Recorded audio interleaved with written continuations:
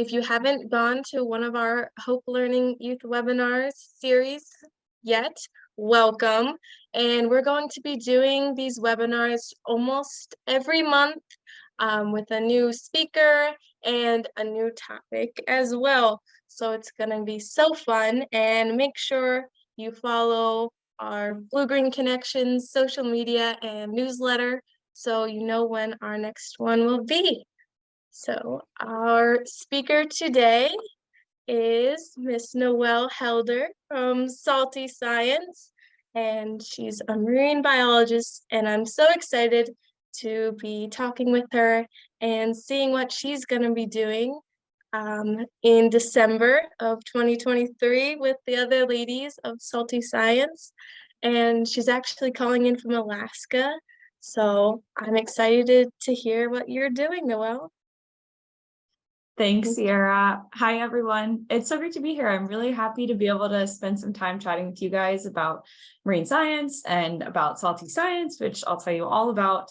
So it's great to be here. Thanks for inviting me, Sierra and Vicky. I can't wait to share. So let me see if I can share my screen. Okay. Can you guys see the slides? Oh, it's automatically going. Can you guys see the first one? Yes, I can see it. Awesome. Okay, so I figured today I will talk a little bit about both myself and my kind of path into marine science and what I do now in Alaska, as well as my team, Salty Science, that I'll tell you all about. So as Sierra said, I'm Noelle, and I work currently at the University of Alaska Fairbanks in Fairbanks, Alaska.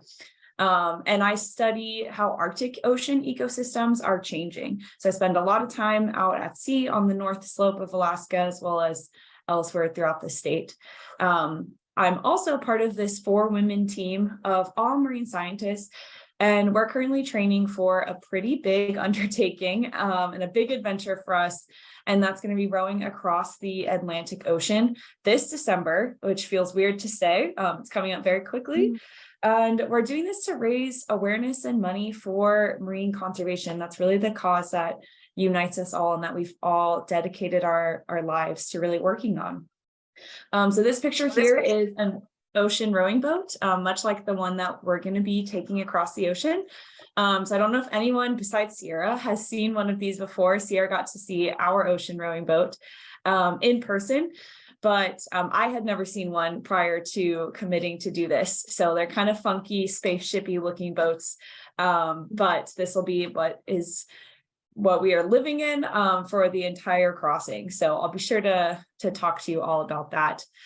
And so today I'm going to talk basically about who we are, give a little bit of overview about each of us, what we're about to undertake, as well as the big question about why we're wanting to do this and some of the conservation efforts and science work that we're going to be supporting. So meet the women of Salty Science. So this is my team. This is Isabel, Lauren, Chantal, and then myself here. And we are all marine scientists. We work in different fields and across very different ecosystems, but we have all really devoted our lives to understanding marine systems. And we're all kind of connected in funny ways. So Lauren in the middle there is one of my best friends who I met in college. Chantal was actually our former professor in the class that Lauren and I met in, who we then became long-term friends with. And then Isabel was Chantal's professor during her PhD program. So we're all kind of this little academic family. And Lauren and I it's been great to really learn from Isabel and Chantal over the years. So we're fortunate to have made lasting friendships and mentor connections with these women, and they've supported us throughout our journey as women in STEM. So as I mentioned, I am a marine scientist at the University of Alaska Fairbanks, and specifically I am a geospatial scientist, and that means that I use different types of data and information together with maps to help us make insights about our oceans. But I've worked previously from the tropics and the Caribbean all the way to the poles.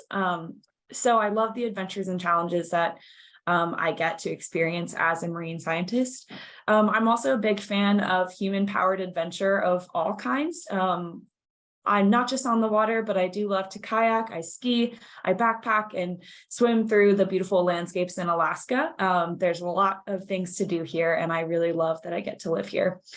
But I didn't always know that I wanted to work in the Arctic. I grew up in North Carolina, but I did always think that I wanted to work around the ocean, but I didn't necessarily know what that would entail. So, but when I was 18, I left North Carolina and I decided to go to school. So I actually moved to Tampa. So I went to the University of South Florida as an undergrad, so not too far from where you all are located. It was during my time at USF that I got to really learn and experience some of the many issues that our coral reef environments, in particular in the Caribbean, are facing. And this is when I discovered scuba diving. I had never been diving before, but I was able to get certified at university. And in particular, there's a special kind of diving license that you need to get if you want to collect scientific data while you're diving. So USF has one of these courses that you're able to do, and Chantal actually teaches that course. So I was thankfully able to get a scholarship that allowed me to do this on a course that was in the island of Curacao in the Caribbean that was taught by Chantal.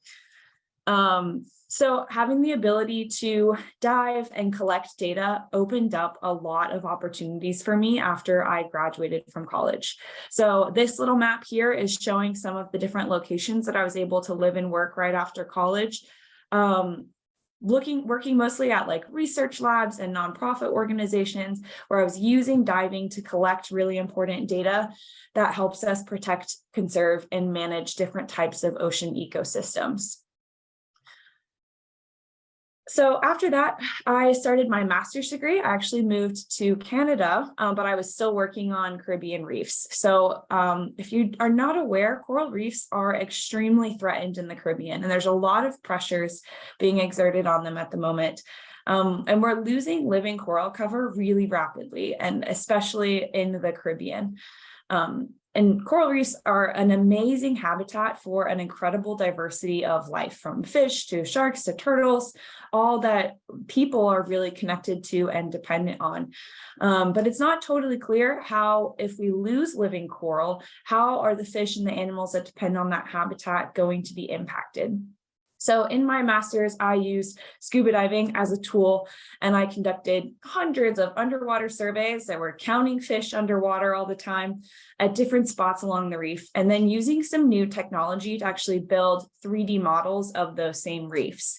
And those models allowed us to start to investigate how fish communities might respond if their coral habitat changed. So the actual three-dimensional structure that you get from living corals, if that goes away, what happens to these fish?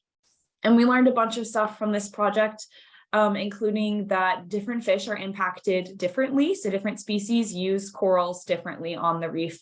So some of the big fish might not be as impacted by the loss of corals, while the small fish that they depend on will be. So it definitely matters a lot. And active restoration on coral reefs is really important to help preserve that 3D structure. After grad school, I migrated much farther north. So where I live now in Fairbanks, Alaska, it's a little bit colder here than I think it probably is in Dunedin today. I think today was -3 degrees Fahrenheit was the high, which is a nice warm day for us. So I moved to Fairbanks. I was able to get a job with the university. Now I work in a very different environment that I equally love. Now I work up north in the Arctic. And that means that I get to go offshore on boats and in helicopters to some really beautiful, isolated, remote places all around Alaska to conduct different types of scientific surveys. And now I've kind of traded my scuba diving at the moment for a bunch of other new toys and technologies. So I use a bunch of different types of technology to map and measure ocean ecosystems now. So this has ranged from flying drones to collect imagery of shorelines as they're changing, mapping the seafloor with different types of sonars, and even exploring the deep sea with underwater robots and remotely operated vehicles, or ROVs. And all of this new data means that we need bigger computers to work with. So I spend part of my time in the field collecting this data, and then the rest of my time in the lab or the office analyzing it, getting information out of the data that we've collected to help us make decisions. And so all these different ocean ecosystems are truly amazing, and there's something to learn from all different parts of the world. And we have some really cool new tools and technology that are really helping us better understand some of the stressors on our rapidly changing environments. But there's still a lot to do, and there's a lot that we still don't know. Lots of the ocean has still not been explored, and very little of the deep sea in particular has even been mapped. We don't even have the original data of what's there. So there's still lots of work to do. And I love working in this field because I get to travel to new places, which I really enjoy. I get to spend time both on and under the surface, and I get to learn new things every day. So that's a little bit about my marine science story. And now I'm helping to build out this team called Salty Science and plan our ocean crossing expedition with these other amazing women. So let me introduce you to them and some of their stories a little bit. So this is Lauren. She was one of my best friends that I met in college. And she is a sailor and a dive instructor, and she's worked on sailboats around the world for the last few years, where she teaches students about the ocean and about sailing. And she's also now a graduate student, so she's studying fisheries economics. So how do we make money from fisheries, and how does that influence how we're fishing and where we're fishing at any given time? Chantal is our Florida connection. So she is who Sierra met recently and how I was able to get connected with you all. She lives very close to you all. So Emma, our boat, might be pretty nearby for some of you. She is a professor at USF. And she teaches students about all things marine science, from coral reefs to the poles. She's also a sailor and diver, so she's sailed around the world a couple of times and has some ocean crossings under her belt as well. And lastly, we have Isabel, who is a professor in Canada at Simon Fraser University, and she trains new scientists and teaches really the next generation of ocean scientists. She's also an endurance athlete. She does all sorts of really crazy swimming and running and competes in all these different races all over the world. So she is quite an accomplished person. And so that is our team, and we're rowing across the Atlantic this December.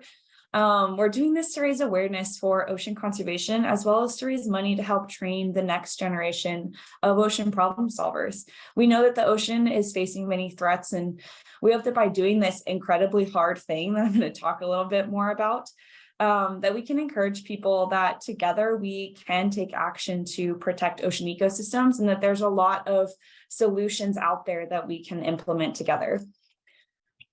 So let's talk a little bit about what this means, rowing across an ocean. It's quite a big project. So we're rowing unsupported 3,000 miles across the Atlantic. So we are starting from the Canary Islands, which are just this group of islands right off the coast of Africa, and ending in Antigua in the Caribbean. So 3,000 miles, that's pretty long. And we're thinking that'll take us about 45 days of rowing nonstop. So the way that we do this is we're in one of these boats. Our boat's name is Emma. I'll show you a picture of Emma in just a second. But we will row in pairs. So of our team of 4, 2 people will be rowing at any given time, while 2 people are resting, sleeping in the cabins, making food, doing all the other things that they need to do. For 24 hours a day, 7 days a week. So I will never be getting more than 2 hours of sleep during this entire crossing, and none of us will.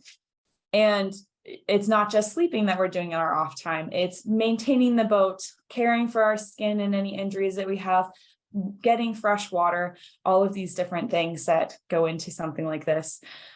In total, we're estimated to take 1.5 million oar strokes. That is a lot of oar strokes. I don't know who came up with that number, but that's a lot of work to do. That also means that we have to be eating a lot food is one of the most important parts of this expedition.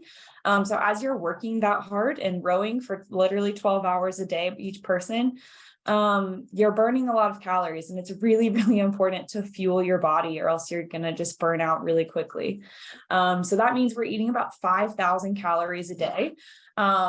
I don't know if you've ever tried to track how many calories you eat in a day, but it's probably in the range of 1,500 to 200-ish calories or so. 5,000 is a lot of calories to eat in a day. So it's going to be kind of forcing ourselves to eat a little bit as well. But it's really, really important to be able to fuel your body appropriately.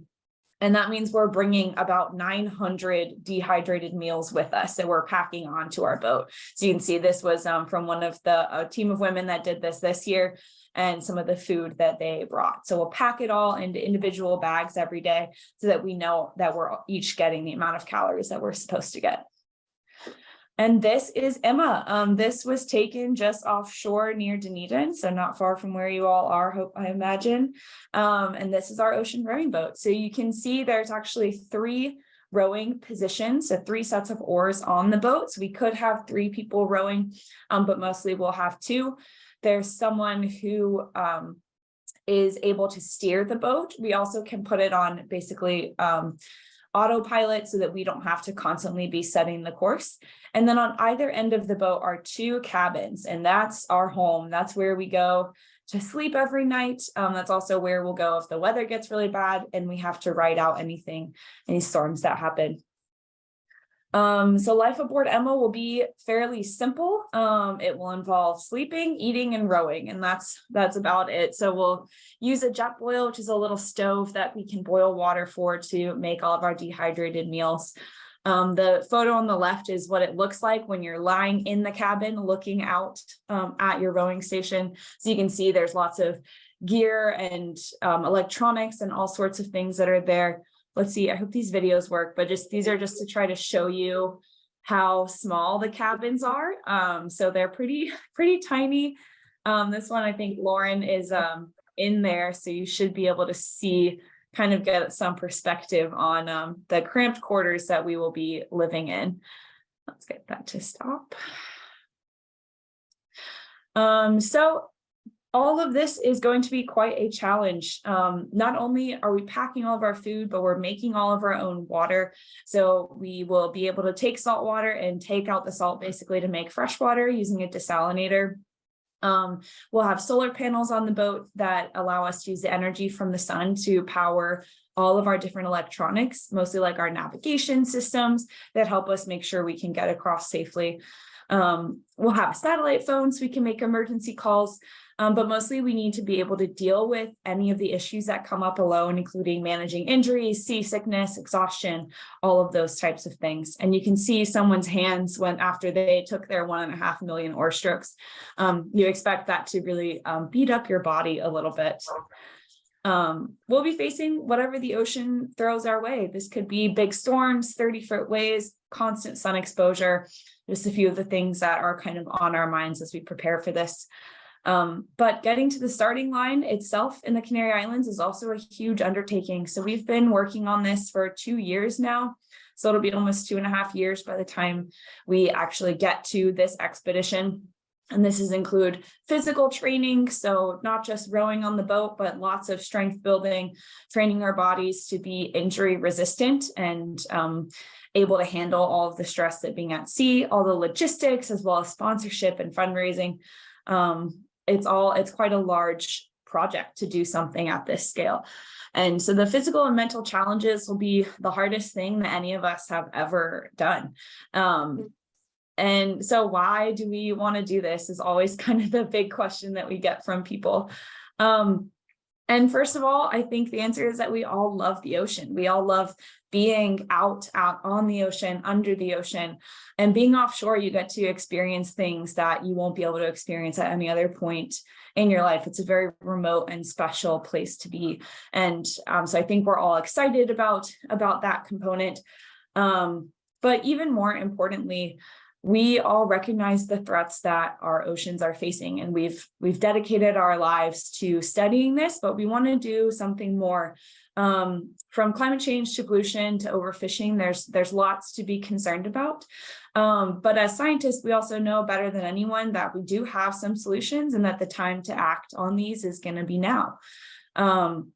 We are actively using our little platform and this opportunity that we have to row to raise awareness for these issues, and also hoping to create scholarships for 3 different organizations that are helping to train the next generation of ocean problem solvers. So those 3 organizations are working on kind of 3 different topics that we're excited about. So one is working to collect important data about ocean ecosystems. So without being able to have this data, you can't make decisions about what to do about the problem. So collecting data is really the first step, and learning how to do that the right way is really important. Next, it'll be supporting training the next generation of ocean problem solvers. We need more people coming into this space. There's a lot of work to do and lots of opportunities. But it can be really expensive and exclusive to get the right training that you need, and the opportunities aren't available to everyone. So we're hoping to fund a couple of scholarships that will encourage more people who might not have been able to do this on their own to access that opportunity. And lastly, we're interested in supporting sustainable seafood production through ocean farming. I love eating fish. I love eating things from the ocean, but it's not always sustainable. And there are ways that we can harvest things from the ocean in a way that makes more sense for our planet. So let's dive a little bit more into each of these things. So as I talked about a little bit with my master's, coral reef ecosystems have declined severely. So a healthy coral reef, here where you can see lots of color, lots of animals, there's lots of life on this reef. Many of those reefs now look like this today. And that's from a number of different stressors at really big scales. It's from a changing climate where our ocean water temperatures are a little warmer than corals can tolerate. And then locally from sources of pollution, from overfishing, a number of these stressors acting together have really triggered declines in coral ecosystems. The good news is that although some of those stressors we know how to solve, and we can do it, we just need to actually implement these plans effectively. And it's different for every reef. There's no one solution that's going to save everything, but at local scales, we can all make a difference. And so Shellback Expeditions is the first group that we are raising money for, and they collect some of this really important data specifically on coral reefs and hand it over to communities to help them make the best management decisions that they can. Secondly, we're interested in seafood, and a lot of the ways that we currently get seafood aren't super sustainable. So many of our fisheries are in decline, largely due to large-scale, unregulated commercial fishing that can cause a lot of harm and also have unintended consequences like catching animals that they're not targeting, which can be really problematic. Some people have turned to then marine farming. So if we can't fish offshore, let's just farm fish in these pens. And that, while sometimes can be okay, also has its own share of problems, including can introduce new pests or can cause problems to the native populations of fish as well. But there are ways to harvest the bounties from the ocean in ways that are sustainable and make sense. And GreenWave is doing just that. So they are developing a regenerative ocean farming technique. And that means a way that we are actively restoring habitat and part of the ecosystem cycles as we're building and creating food from the oceans. So specifically, this means growing seaweed that's able to also pull carbon from the atmosphere, but growing that with other things. So growing that with scallops, mussels, oysters, and clams, all of which will at the same time benefit each other by filtering out the water and producing the nutrients that each of those things need, and also creating food for people. And specifically, they're interested in training people how to do this. So they want to teach people who want to work in ocean farms and create jobs to actually help the planet. And lastly, as I've already talked about a few times, we need more people to help us solve these problems. These are very real challenges that need more folks working on. And the more diverse perspectives we can bring into this, the more likely it is that we're able to actually solve some of these environmental challenges. And bringing people into this space is so important. But like I mentioned, some of these training opportunities are really hard to get into, or they're too expensive. And one of these groups is Banfield Marine Sciences Center. So they offer big programs where they bring in students and offer amazing training, education, and research opportunities. And our goal is to create scholarships that will help students be able to pay for those opportunities, and get the training that they need to come into this field. And as I mentioned before, I was able to do this scientific scuba diving course only because I got a scholarship. And so we want to, in turn, make sure that we're creating these opportunities to get more people into this space. That course opened up so many opportunities for me in my career, and we're excited to just try and do a little bit and open those opportunities for more people. But lastly, I just want to end with this. Everyone can be a marine scientist. You don't have to go to school for this. While some paths do require going to school, there are other ways to connect with your ocean ecosystem that are really important. You guys are all in a really ideal location. If you're in Florida, you can access the coastline, hopefully, which is amazing. Get outside and explore. There's so much to look at, and connecting with your local ecosystems is a great way to plug back in and learn about the issues that are important in your community. Another way is to become a citizen scientist. There are so many apps these days that are allowing people to collect important data that scientists all over the world are using to make important decisions. And the data that you collect in your own backyard might be really important. So some of those are iNaturalist or eBird, and I'm happy to provide more examples if anyone's interested.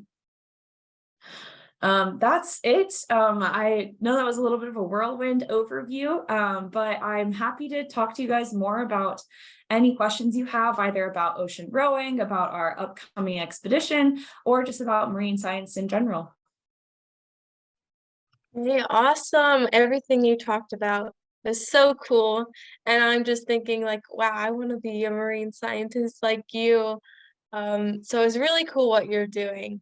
And I do have a question. How can the students that are watching support your mission, and how can they, help our hope spot in our oceans? Yeah, absolutely. Well, the first thing you can do is keep in touch with us. We're trying to share our story and how we're training and preparing on social media. So if you're on social media, be sure to check us out on Instagram, Facebook, and Twitter. You can also look at our website. We have lots more information about the causes that we're supporting and marine science in general. I think Chantal will be at one of your festivals coming up. So we can talk about that in a second, but that's a great way to go and learn a little bit more about what we're doing. To see the boat, Chantal will probably let you go on the boat and kind of get a feel for how tiny those cabins are. And you can imagine what it'll be like for me to be in 30-foot waves while hanging on in the cabin. But yeah, and I think supporting your local hope spot, that's such a cool thing to have so close to you guys. It's really exciting. And I think one way that you can continue to do that is not only just continuing to go outside and connect with that nature that's there and really think about what problems might be facing your own, the systems in your own backyard, but also just starting to talk to people about it.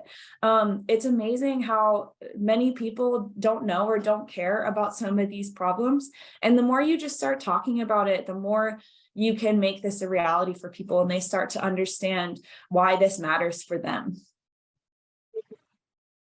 Okay, wonderful. Yes, so Chantel will be at our upcoming Hope Spot Festival, which I'm so excited about. She will be bringing Emma, I've heard, so I can't wait to see her again, your boat. And yeah, so our festival is February 11th, 2023, and it will be at Edgewater Park in downtown Dunedin.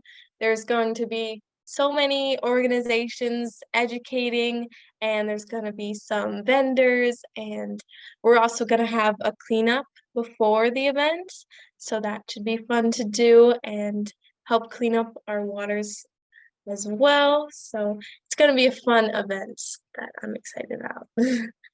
But yes. So I believe we do have some questions that maybe we can start answering from Hmm. some of the attendees. So our first question is from Paige. She was actually one of the guest speakers in our first webinar. But she's asking, during your time in the Keys, I'd be interested to hear what discoveries were made by your work, which fish species specifically were most impacted at that time. Yeah, great question, Paige. And we've also published on this work. So if you're interested in seeing that, I'm happy to share that afterwards or anything. But specifically, so we were looking at how different species that have different traits, so different characteristics like their body size, what their diet was, what their home ranges were, how they were impacted by different aspects of the 3D structure loss. And so it varied depending on what aspect of the structure you were looking at. So for example, a lot of people were looking at just vertical relief of the coral reef. And that's been a metric that people have used for a long time. And some really like the really large bodied fish that are really mobile, that move around a lot, like your big parrotfish that are in schools, those are really impacted the most by that large scale vertical relief change. So if your reefs are actually shrinking, that's going to lead to big losses in some of those big fish and big predators. They really need those large overhanging spaces on coral reefs. Whereas if you lost like individual corals, as individual little corals are dying off, the smaller fish, not really species specific, really most of them by size are really impacted, the ones that are actively using corals as their habitat every single day. So yeah, I can share more in detail about that if you're interested later. Another thing we were looking at was actually recruitment rates. So looking at how baby fish would respond to coral outplants in particular. So the way that people are restoring coral reefs right now involves growing these little coral fragments that are about this big, and then placing them out on the reef and hoping that will, over time, you can restore that coral habitat. And those tiny coral additions don't make a huge difference at this point for bigger fish, like they're just not using that space, but that's really important for baby fish. And as they're moving on and off the reef, that habitat is really important. And so we also were looking at those different kind of rates, and we found that it was super variable who was most excited about the fresh coral outplants, but largely the herbivorous fish like your parrotfishes were really interested and use that space the most. Mm-hmm. So since you've been diving a lot, and you're in the ocean and studying these fish, do you have a favorite type of fish? Oh, that's always a hard question. I have always loved little box fish. The baby ones in particular are like this big. They're like little floating Oh, peas, wow. and they're just perfectly round, and they have this funny little face, and they are my absolute favorite. But I also really, really love rainbow parrotfish. And if you spent any time in the Keys in particular, the Keys are struggling because a lot of the coral reefs aren't super healthy, but the fish populations are still doing really well. And in the Keys in particular, people weren't really fishing for parrotfish, the really big herbivorous fish on the reefs. And so we still have really healthy populations of big parrotfish, and you don't see that in a lot of places in the Caribbean. And so when I first started diving in the Keys, I got to see those parrotfish for the first time, the really big, pretty colorful ones. And those are really cool too to see. Mm-hmm. Awesome. Yeah, so I did have a question myself, because your journey crossing the Atlantic, that seems really tiresome and you must have to do a lot of training. So are you training every day? What does your like training routine look like? Yes, it is a lot of training. And I didn't mention this, but none of us were rowers previously. We've done a lot of different types of sports collectively, and rowing just was not one of them. So the very first step was learning how to row well. And so we have a coach that we've been working with for like a year now that's taught us how to be rowers. So now we are rowers, but previously we didn't know how to do that. So that was the first step in the training process. And then it's been increasingly time consuming, I guess. So as we started, you're building up strength in your body. We weren't doing as much, and now we're training at least 6 days a week, usually. We actually are kind of in a break right now. So I was just in Florida. I just got back last week. So we did a really intensive training week on Emma. So we were offshore as much as we could and on the boat doing that. And we'll all be together back in Florida this summer for a couple months, really intensively training on the boat. But in the meantime, it's rowing machines all the time. It's also strength training, like lots of weightlifting and building up strength in your body. And also mobility is really important. So making sure that you have mobility in your hips and your ankles. And we are rowing for that long is very tiring on your body. And so learning how to making sure that your body basically is as injury resistant as it can be for that kind of long endurance training is really important. So we're doing a lot of mobility work, making sure that our muscles and joints are all healthy and working well together, and that our form and technique is really perfect, because you can imagine if you're doing something slightly wrong, even if it's not a big deal for an hour when you're rowing, multiply that by 45 days. And one thing that you're doing wrong can cause a lot of harm to your body over the long term. So yes, lots of training, lots of hours spent on the rowing machine, and then also just cross training. So doing other things like I ski a lot, we're running a lot, swimming, things like that. Mm-hmm. Wow, nice. So another question I had was, I don't know if you've seen the Mission Blue documentary, by Dr. Sylvia Earle. It's one of my favorite documentaries, and she talks a little about when she was beginning her journey as a marine biologist, how kind of difficult it was being a woman in that field. So can you tell us, are there still challenges for you and for all the other women of salty science, being a woman in the field? Yeah, that's a great question. And there certainly are still challenges, but the field has come a long way. I think one of the most important things that's been able to happen because of women like Dr. Earle and other women that really pushed in the field, is that there are now at least more women that have been in this field for a while. And one of the most important, I think, components to being successful in this field is making sure that you can have connections and mentors with female and women role models in particular that are in the field, or people that you can relate to, whether or not that's a woman or not. And now I think I have been really fortunate, and benefited from the work that like women like Dr. Earle have done, in that I was able to make some of those connections really early on and look up to these people as role models, for guidance and mentorship, over the years, or just talking about career life. There are still certainly challenges, and there's still some sexism that you will encounter, which is unfortunate, but I think there's more awareness of that now, and more people working to overcome those challenges that women are facing, particularly in marine science. Mm-hmm.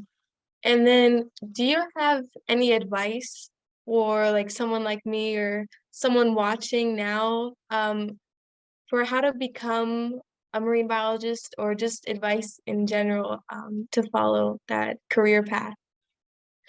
Yeah, I think, again, one of the most important things to do is to just be connected with your local ecosystems. Go outside and spend time around it. I mean, I know it can sound kind of silly, but really just engaging with an ecosystem and learning why it's important will go a long, long way in helping you really follow your passion in the field. The other thing I would say is talk to people and go to things like this, constantly be learning about what's going on and what people are doing and the opportunities that are available in the field. I think I don't feel like I knew that any of this was possible or a thing that people did for their lives when I was growing up. It wasn't something I really thought about. And obviously that ended up being okay, but I just look back, and if I had pursued some opportunities more even before I was in college, in high school and middle school, I think that would have been awesome, to have had more awareness of some of the paths that are out there. So I think that listening to these type of webinars where you get to meet people and learn about all the different options that are out there is a super important step, and finding what interests you. And it's not all going to be what you want to do, but it still might be an interesting thing to know about. And just talking to those people that you enjoy their work or what they do or how they got there, just keep talking to them and look for those opportunities. And I think that'll go a long way. Mm-hmm. Okay. Yeah, so we have a few other questions from some of the attendees. One is, I'd love to see the boat that you're rowing across the ocean. Is this the picture of Emma right now Let's on the see. This one screen? is like Emma, but let's see Okay. where it was. Sorry, I'll go all the way back to this is Emma. And yeah, at the festival, I think someone's also asking about the information for the festival. You should all go, and you should go meet Emma because she will be there, and my teammate Chantal, and she'll be able to tell you all about her, and you'll be able to see how small 28 feet feels, or big. I feel like the first time I saw the boat, I was both like, wow, this is a big rowing boat, and also like, wow, this is a very small place to live. So I'll be curious if you guys have the same experience. Mm-hmm.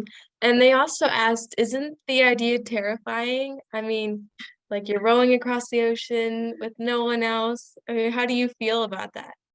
Yeah, I think it's intimidating. I don't know that I feel terrified. I think the scary part is the challenge itself, like just the physical and mental exhaustion that we all face, and being able to do that as a team, is a hard thing.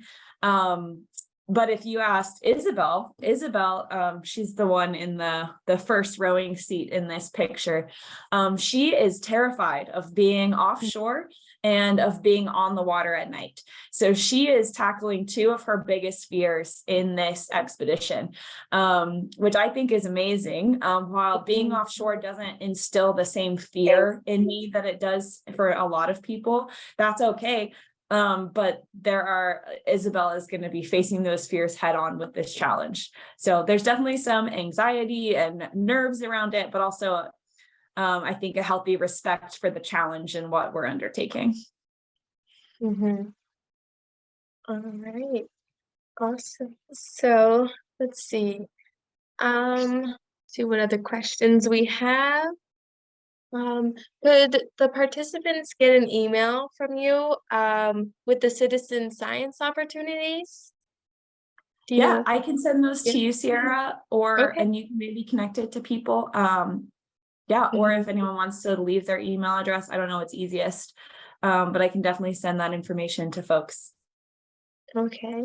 And with Salty Science, are you guys doing any programs for education programs or programs for kids in this area or anything like that?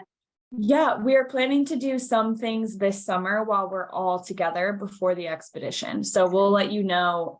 We don't have anything like on the calendar yet. And we're still working out exactly what those are going to look like. But yes, we would definitely love to do some education stuff And we've been attending lots of different events to get the word out and talk to people. We also, on our social media, we do share little bits about marine science and conservation or natural history of the ocean. So there's little bits of information in there as well. But we will certainly be in touch with you as those plans for the summer come together. And specifically if there's in-person type things that we can all do while we're together training. That would be really cool to do with you guys. Yeah, so let's see. So it was interesting to hear you say like there is so many like problems that you hear about it, and it kind of feels kind of depressing at times. All of like the overfishing and the pollution. But you were saying how there are solutions and they are out there. So what kind of solutions exactly are there for these Totally. issues? Yeah, well, I think one of the big ones right now is that we're raising money for in particular is with ocean farming and regenerative ocean farming in particular. I think if we can shift away from just seafood consumption being fish and transition more into some of the things that are more sustainable to farm, like kelps and mussels and all sorts of other types of animals, that's going to go a huge way in protecting our oceans. On the West Coast in particular, there are so many fish farms and they're causing lots and lots of harm to the native fish populations. It's quite a big issue over here. And there are still fish farms on the East Coast as well. But transitioning away from that into, which is really just taking from the ocean, those super consumptive offshore commercial fishing enterprises, as opposed to giving a little bit back to the ocean as well through regenerative farming, I think is just a really cool process. Another solution is through ecosystem restoration. So we're seeing this at coral reefs, for mangroves, for seagrasses. We're seeing lots and lots of an increased investment and interest in ecosystem restoration as a really viable tool of protecting these ecosystems, protecting our coastlines, and really making sure that we can protect people and ecosystems at the same time, I think is really important because we're all connected to these places, and the health of the ocean is directly related to our health. So even those two pretty simple ones, like restoring things and farming sustainably, will go a really long way in helping us address some of these problems. Yeah. So about the work that you're doing in Alaska, it's interesting how there's not many maps, right, of the ocean floor. But why is it important that you're creating these maps and what you're doing there? Mapping data is like the most basic data layer that goes into every decision that we have to make in Alaska, and it just doesn't exist, which is a huge problem. So Alaska in particular has more coastline area than the rest of the United States combined. It's huge and it's really remote. There's not a ton of people. There's not a high population density. And so it's hard to go get data in a lot of these places. It's hard to collect it. But everything that we do, from coastal hazard management, so thinking about how communities are impacted by like flooding, big storm events, etc. If you guys live in Florida, you're familiar with big storms and how scary that is. We have those same type of big typhoons on the Alaskan coast, but there's no support for that there. Like in Florida, there's lots of emergency response, and we don't have the same response in Alaska. There's also super high rates of erosion along the coastline. So every year along parts of the Arctic coast, we're losing over 60 feet of land every year. So communities are being impacted every single day, and we don't even have the baseline mapping data to be able to help them make those decisions. I work on this also from an energy perspective. So many communities in Alaska need better energy solutions. So the way that they're getting energy is usually from diesel fuel that's being flown in basically across the country to power these communities. And there are ways to create power locally a little bit better, including from the marine environment, from solar, from hydro. There's lots of different opportunities depending on the community. But the very first question that you ask, if you're thinking about how to build up new power systems for people, is where are you going to put it? And if we don't even have the basic information about how that exists, how deep things are, anything like that, you really can't make any of those decisions. So it's definitely a problem. And we don't have anything then to compare it to moving forward. So we know our oceans are changing. We know a lot of the seafloor is changing as well. But we don't have it. And if you're a mariner, if you've ever been out on a boat and you're trying to navigate through coral reef habitats or anything shallow, it's pretty scary. And you probably had decent maps. We have the same type of environments up here, and there's just no maps. So people are just kind of using their local knowledge, and indigenous knowledge is hugely important here, because people know their environments. But there's more and more shipping and commercial operations happening, especially in the Arctic, as sea ice is thawing and going away. More and more people are coming this way and using it as a transit route, and we do not have any charts. So it is very problematic from a number of perspectives. All right, well, I think that's all we have time for today. It was so great talking to you, Noelle. I enjoyed it. I learned a lot, and I hope that everyone watching learned something too. So thank you so much for tuning in. We will have another webinar soon, hopefully with Keep Pinellas Beautiful, which is a local organization helping with beach cleanups and litter prevention. And yes, so definitely check out our Hope Spot Festival. It will be February 11th at Edgewater Park in downtown Dunedin, Florida. And you can see all the information on our Blue Green Connection site and our social media. And also be sure to check out Salty Science's social media, because I see they have a lot of information on there. And yeah, they'll be at the festival, so that should be a lot of fun. And yes, thank you so much again. It was a lot of fun. Thank you all. It was great to talk with you. Thanks for coming. All right. Well, everyone, have a great day and keep being Hope Spot protectors. All right. Bye.